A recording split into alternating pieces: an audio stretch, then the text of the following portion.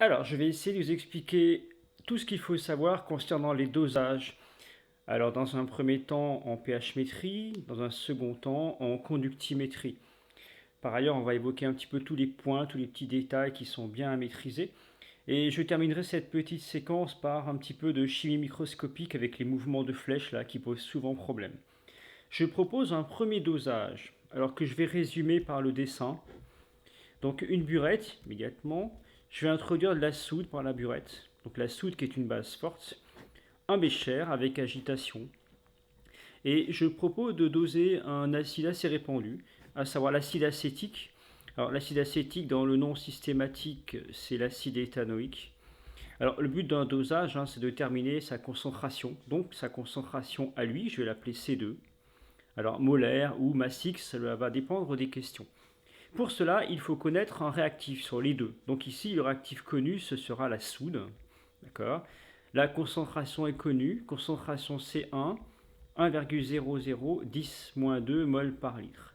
Donc ça, c'est le réactif titrant, on le connaît parfaitement. Il va être versé à la burette.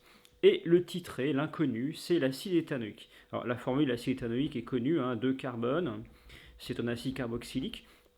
À noter que tous les acides carboxyliques sont faibles à l'origine. Mais pour un dosage, on s'arrange pour que la réaction soit totale et bien sûr rapide cinétiquement. Bien, on effectue le dosage. On peut demander qu'est-ce que l'équivalence. Donc à l'équivalence, justement, les deux réactifs vont être introduits, donc la soude au goutte à goutte. Et arrivé au point équivalent, à l'équivalence, les deux réactifs seront en proportion stoichiométrique. C'est une définition qui est souvent demandée. Donc on a une relation de stoichiométrie entre deux réactifs. Autrement dit, ils seront tous les deux limitants à l'équivalence. Donc on commence à verser, voilà, puis on va arriver à un moment donné à l'équivalence. Il faut à tout prix connaître la formule des réactifs pour en déduire l'équation du dosage. Alors la soude est un réactif connu, Na plus HO-. L'ion sodium, l'ion hydroxyde, qui est une base forte, et l'acide éthanoïque, un acide faible. L'équation serait la suivante. Donc attention, c'est une réaction totale pour un dosage. Donc si on n'arrive pas tout de suite à l'équation, on peut s'aider des demi-équations. Alors les réactifs toujours à gauche, quel qu'il soit, même si c'est acide, base, ou dans un cas autre oxydant réducteur, peu importe, on les met à gauche. Alors H- est une base, donc par définition capte un proton, ce qui va donner H2O. Le couple est connu, H2O slash H-. L'autre couple, ceci est un acide, donc il va céder un proton. Donc la base conjuguée est CH3, COO-. Le couple étant CH3, COH, 1 slash CH3, CO-. Le dosage propose donc comme équation H- plus CH3, COH, qui va donner l'ion éthanoate, qui est la base conjuguée de l'acide éthanoïque, plus H2O. Voilà. Alors, ceci est versé. À l'équivalence, les deux réactifs sont limitants. Alors, dans un extrait de sujet que je peux proposer là, vous avez la courbe obtenue. Donc, la courbe obtenue typique de dosage acide-base suivi par pH-métrie. Donc, faites attention dans le dessin, ce qui manque et qui arrive souvent dans les copies de bac, c'est qu'il manque la sonde. Donc, surtout ne pas oublier la sonde du pH-mètre. D'accord. Sinon, on va vous compter faux. Alors, la courbe est obtenue ici. Voilà. Alors, on peut voir qu'on dose en acide parce qu'au début, le pH justement est acide, on commence à peu près à 3. Et on dose par une base forte ici. Alors, on voit un premier point d'inflexion ici, un changement de concavité qui indique que l'acide est faible. En cas d'acide fort, on n'aurait pas ce changement-là. Le second point d'inflexion est situé ici et il va correspondre au point équivalent. On observe ici le saut de pH qui est assez brutal. Pour trouver le volume équivalent, donc on a vraiment besoin, on sait de la méthode des tangentes. Alors ici, je fais assez rapidement, mais il faut tracer une asymptote ici à cette extrémité de la courbe. Parallèlement, on glisse, on trace encore la tangente ici, d'où la méthode des tangentes. On se met un petit peu loin comme ça, on trace la perpendiculaire, et il s'agit de terminer par la médiatrice de ce segment. Donc la médiatrice du segment, ici, bien parallèlement. Cette droite coupe la courbe au point équivalent. Donc après, par projection, on peut en déduire le volume équivalent, également le pH équivalent du dosage. Vous notez que le pH est au-dessus de 7, ce qui est le cas quand on dose un acide faible. Volume équivalent pour moi, eh bien écoutez, on va dire à peu près 13,6. Je marque 13,6 pour l'exemple. 13,6 ml de soude versée. Bien. Du coup, si on vous demande la concentration inconnue, il faut surtout écrire à l'équivalence, car c'est à ce moment-là uniquement qu'on peut écrire la relation suivante, c'est-à-dire que la quantité d'acide qui est dosée, voilà, est égale à la quantité de soude que vous avez dû verser. Ce n'est vrai qu'à l'équivalence. Une petite remarque, on ne les met jamais dans ces cas-là, mais les coefficients stoichiométriques sont égaux à 1.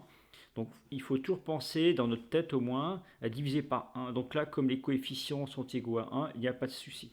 On remplace les quantités par des C fois V. Donc la quantité d'acide inconnu, c'est cela qu'on cherche. Le volume versé.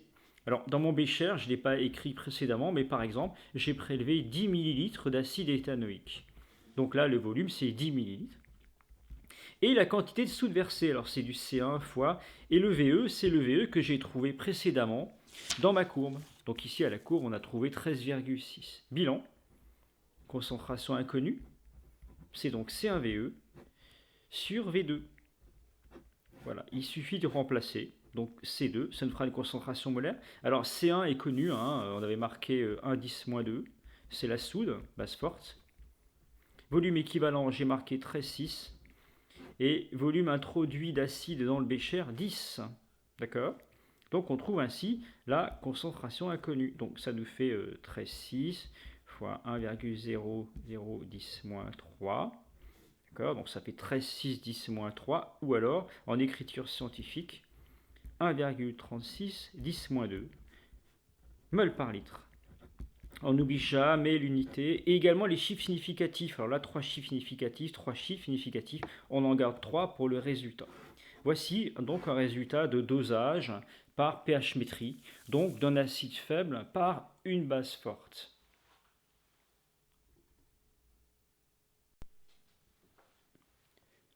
Je propose ici, à titre purement qualitative, le dosage d'un acide fort par une base forte. Alors, exemple, la base forte la plus répandue, on va prendre la même. En l'occurrence, la soude, concentration connue, voilà. On va en déduire un volume versé à l'équivalence. Et je dose un acide fort dont je connais le volume V1. Bien sûr, la concentration C1 est donc l'inconnu de ce dosage. Donc, même chose, à l'équivalence, les réactifs seront dans les proportions stoichiométriques et on pourra en déduire la concentration inconnue d'acide fort. Alors, une remarque importante, un acide fort va libérer H3O+, quel qu'il soit. Alors, on pense bien sûr à l'acide chlorhydrique. Alors, faites attention, l'acide chlorhydrique, ce n'est pas HCl. Puisque HCl est un gaz, il a fallu le dissoudre, le faire barboter dans l'eau par une dissolution totale. Et finalement, l'acide chlorhydrique, j'espère que vous connaissez bien la formule, H3O+, Cl-. Les ions chlorure, les ions oxonium, d'accord. Et ce sont ces ions oxonium qui représentent à eux seuls la particularité de l'acide fort. D'accord? Donc, pardon, en termes d'équation, on retrouve toujours HO- plus H+, égale H2O pour la demi-équation relative à HO-, l'hydroxyde. Et on dose H3+, ion oxonium, qui est un acide, par définition, selon la théorie de Bronsted, va libérer un proton, et H2O. Donc finalement, le dosage par cette base forte de n'importe quel acide fort, alors j'ai pris l'acide chlorhydrique, mais il y en a d'autres, il y a l'acide sulfurique, etc. On va toujours écrire cette équation-là, HO-, H3O+, une flèche simple, et on va former 2 H2O. Donc là, vous dosez un acide fort, quel qu'il soit, par une base forte, quelle qu'elle soit d'ailleurs. En termes de courbe que je fais à main levée, la différence avec le dosage d'un acide faible se voit, puisque au début, eh bien, on n'a pas de point d'inflexion, donc on a une courbe qui est croissante. On a un saut de pH qui peut être parfois court, mais en tout cas très violent. D'accord? Donc ici, on a une pente qui est quasiment proche de la verticale. Et bien sûr, la méthode est la même avec la méthode des tangentes pour trouver le point d'inflexion, c'est-à-dire le volume équivalent ici. D'accord? On pourrait vous demander, existe-t-il d'autres méthodes non destructives pour évaluer ce volume équivalent? Et la réponse est oui, puisqu'on peut trouver via un tableur ou un logiciel quelconque une courbe qui peut se superposer à celle-ci, plutôt que la méthode des tangentes. Eh bien, cette courbe, ce sera quoi? Simplement la dérivée du pH en fonction du volume. Donc en ordonnée, on rajoute cette grandeur-là, et c'est toujours en fonction du volume. Donc en fait, ici, vous avez une pente qui est vraiment au maximum, d'accord, autour du point équivalent. Donc en termes de dérivée, on aura un maximum également. La courbe dérivée ressemblera à ceci. Donc on aura probablement une croissance comme ceci, et subitement une croissance très violente qui se manifeste par un sommet très fin, d'accord, voire même plus fin que le mien, d'accord, et qui va jouxter exactement, qui va se situer à la verticale du point équivalent. Donc cette méthode est très utilisée informatiquement parlant, ou lors des ECE par exemple, éventuellement, la méthode de la dérivée, qui au lieu de faire des tangents dont la pente est un petit peu relative, ici c'est beaucoup plus objectif, on a un sommet très pointu qui permet d'accéder au volume équivalent versé ici de soude. Donc c'est la courbe de la dérivée, donc on dérive le pH par rapport au volume. Donc c'est beaucoup fait dans les laboratoires, bien plus que la méthode des tangentes. Je propose un dosage, mais cette fois-ci conductimétrique. Alors un dosage classique, en l'occurrence les ions chlorure présents dans un lait. Alors le montage expérimental, une burette contenant le réactif titrant, dont on connaît la concentration.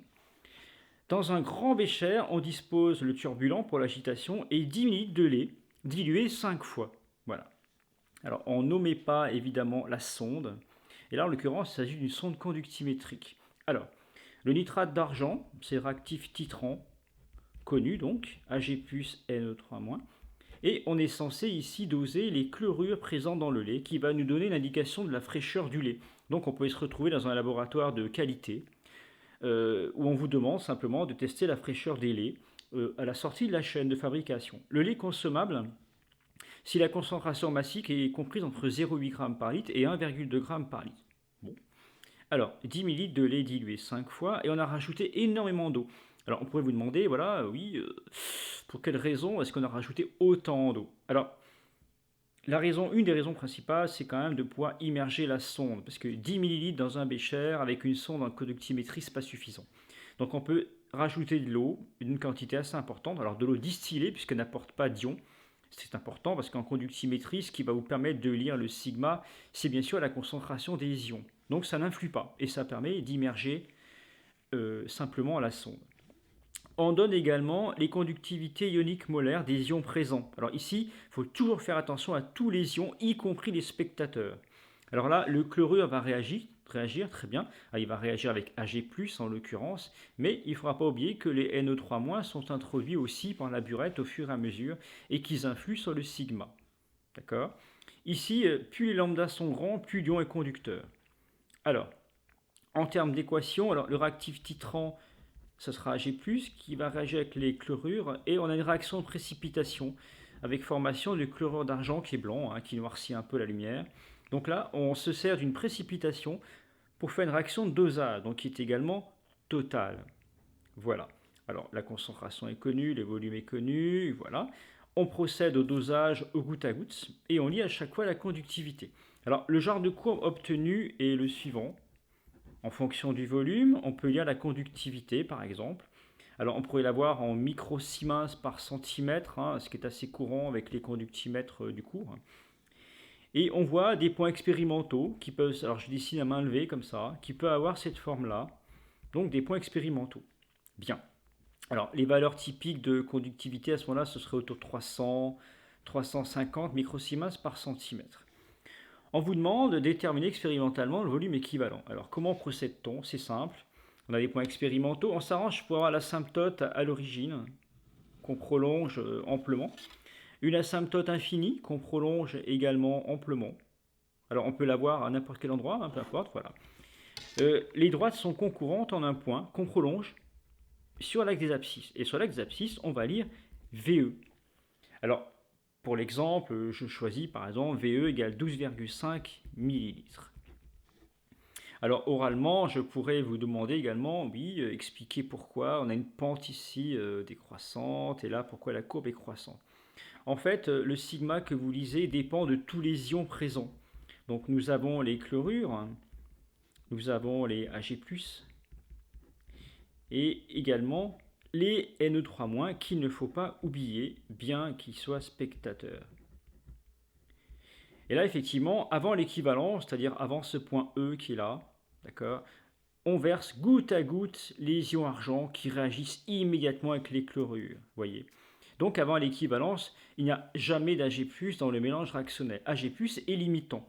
Donc si par exemple je me mets avant l'équivalence, il n'y a pas cette contribution. D'accord. Les ions chlorure, ils réagissent aussi. Donc finalement, la concentration d'ions chlorure diminue. Ag+ limitant 0. Et NO3- augmente. Alors pourquoi NO3- augmente? Parce qu'il est versé avec les Ag+, ici, mais ils ne réagissent pas et sont spectateurs. Donc ils ne font que s'accumuler dans le mélange réactionnel. D'accord. Cependant, on peut remarquer que les conductivités sont un peu différentes. C'est-à-dire que les Cl- décroît et ils sont assez conducteurs, tandis que NO3- augmente mais ils sont moins conducteurs. D'accord. Donc en termes de bilan, qu'est-ce qui se passe? Globalement, la conductivité décroît. Après l'équivalence, il en est tout autre, parce qu'après l'équivalence, vous avez dosé tous vos chlorures. Il n'y en a plus. Dans le mélange réactionnel, il n'y en a plus. Finalement, vous continuez de verser les Ag+, qui cette fois-ci ne réagissent avec rien, donc ils sont en excès, ça augmente. Et bien sûr, dans le nitrate d'argent, il y a des ions nitrates qui augmentent de toute façon depuis le début. Donc in fine, après l'équivalence, finalement, vous avez un ion qui est assez conducteur, un ion qui est assez conducteur aussi, et rien pour contrer cette augmentation-là. Les ions Cl- n'existent plus. Donc, bilan, sigma ne peut qu'augmenter après l'équivalence. Bien. L'équation du dosage est écrite. Voilà. Et on peut vous demander également, bien voilà, à l'équivalence, trouvez-moi la concentration inconnue. Alors, c'est toujours la même chose, à l'équivalence, hein, les deux réactifs sont introduits en quantité et en proportion stoichiométrique. Et on peut écrire qu'à l'équivalence, eh bien, le C fois V relatif au chlorure égale au C fois V relatif à Ag+. Donc Ag+, c'était C2, on a versé Ve à l'équivalence. Les ions chlorure, c'était C1, l'inconnu. Et on a versé V1 égale 10 ml. Finalement, l'inconnu, c'est C1, très simple. C2, c'est 5 10-3. Ve, 12,5. V1, 10. Alors comme c'est un rapport, on peut laisser les volumes en millilitres. Hein. Et en termes de résultats, nous trouvons 6, je vous laisse faire le calcul si vous le souhaitez, hein, 6,25, 10-3 mol par litre. Voilà, oui mais ça c'est la solution qui a été dosée. Et je rappelle que le lait a été dilué 5 fois. Donc pour revenir à la concentration initiale de lait, il faut multiplier par 5 ce résultat. On trouve 3,1 10-2 mol par litre. Voilà, ça c'est la concentration en chlorure du lait initial. Alors pour savoir s'il est consommable, s'il est suffisamment frais, il faut trouver la concentration massique. Alors cette formule se retrouve avec les unités très simplement. Hein. Nous avons des moles par litre. Si je multiplie par la masse molaire du chlore, hein, qui est en grammes par mol, on voit aisément que mol-1 et mol s'annulent. Il reste des grammes par litre. Ah, c'est exactement ce que l'on veut. Donc le C1 qui est là, 3,1 10-2. On multiplie par la masse molaire du chlore, parce qu'on dose que les chlorures ici. Et on trouve en concentration massique 1,1 g par litre. Grandeur qui est incluse exactement dans les normes, entre 0,8 et 1,2. On peut conclure que le lait, en tout cas au jour du dosage, est consommable. Alors, j'explique un mécanisme, c'est celui qui est tombé à Pondichéry 2016, d'accord, qui correspondait donc à une synthèse, voilà, notamment pour un ester. Mon but, c'est d'expliquer un peu les mécanismes réactionnels qu'il peut y avoir là-dedans. Dans le sujet, on demandait simplement d'expliquer une ou deux étapes. On va essayer de regarder l'ensemble. Alors, qu'est-ce qui se passe? On veut montrer avec des flèches le mouvement des électrons pour cette équation-là. La première chose à faire, c'est de regarder ce qui se forme. Et effectivement, toujours, on voit qu'il reste cet ion-là, d'accord, l'ion méthanolate, et de l'eau. L'eau s'est formée alors qu'elle n'était pas encore formée. Cependant, on voit aisément que pour former l'eau, là, il manque simplement un proton, un H+. Bien, comment ça s'est passé? O- là est delta-, c'est-à-dire qu'il est électronégatif en puissance, il a 3 doublés non liants, il a un électron de trop, donc c'est un donneur absolu. Il faut toujours repérer les donneurs et les accepteurs. Donc là, on a un donneur, d'accord, et on voit qu'il y a un H qui s'est fixé dessus. Donc le donneur, là, il va sûrement donner une liaison. il faut qu'il attrape un proton. Le proton, il est là. Alors, il est facilement clivable ou enlevable parce qu'il est delta+, puisqu'il perd un petit peu son nuage électronique à cause de cet oxygène qui est forcément delta-, il est électroattracteur d'électrons. Donc, une fragilité ici, et ici, un atome d'oxygène qui veut donner un électron, puisqu'il y a une instabilité, il y a un moins. Comment fait-on la flèche? Eh bien, on prend toujours un doublé non-liant, ici c'est un donneur, et il va attraper juste le H, qui est en fait un H+, d'accord? Ou en tout cas un H qui a une lacune électronique, et il va être retrouvé fixé avec le O. Donc ça va se passer à l'intérieur de la molécule d'eau, c'est-à-dire on va avoir ça finalement, voilà. Et ce doublé-là qui était non liant, vous voyez, va se retrouver liant avec le proton qui est là. Donc là, on a formation de cette liaison simple ici, cette liaison covalente. Le doublé qui est là, qui était liant, va se retrouver non liant. Donc il va se rapprocher de l'oxygène. Il va se retrouver donc ici. Et donc finalement, mon oxygène qui était stable ici va se retrouver avec un excédent d'électrons. Donc voici pour ce mécanisme-là. On peut regarder l'étape 2. Alors on voit l'étape 2, la première chose, on voit qu'il va y avoir une addition, puisque finalement le produit représente bien la somme de ces deux-là. Alors on voit que le COR' n'a pas évolué. En revanche, le CH3, là, au moins, s'est fixé à ce carbone. D'accord? C'est la chose à voir tout de suite. Donc ça veut dire quoi? Ça veut dire que lui est un donneur. On voit bien qu'il va se fixer au carbone par cette liaison-là. Et lui, ça va être un accepteur. Alors, il est d'autant plus qu'il est entouré par deux oxygènes très électronégatifs. Donc là, on a la fragilité, on a le site d'acceptation, l'accepteur. Ici, on a le site donneur. Comment on fait ça? On prend un doublé non liant. Hop, il va aller se fixer sur le carbone. Soyez précis dans les flèches.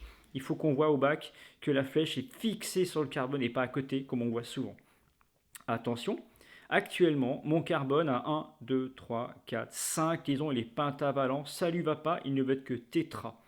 Donc, il va déloger un doublé ici qui va se retrouver sur l'oxygène, qui ne demande pas mieux parce que de toute façon, c'est un électroattracteur. Finalement, ce doublé-là va se retrouver autour de l'oxygène et on va retrouver une stabilité pour le carbone central. Donc, donneur toujours vers l'accepteur. Très souvent, c'est un non-liant, voire une double liaison qui va donner. Et ici, on a un site accepteur. Et il ne peut pas être pentavalent, donc il va parachuter la liaison en trop sur l'oxygène. Et on retrouve aisément ce produit-là.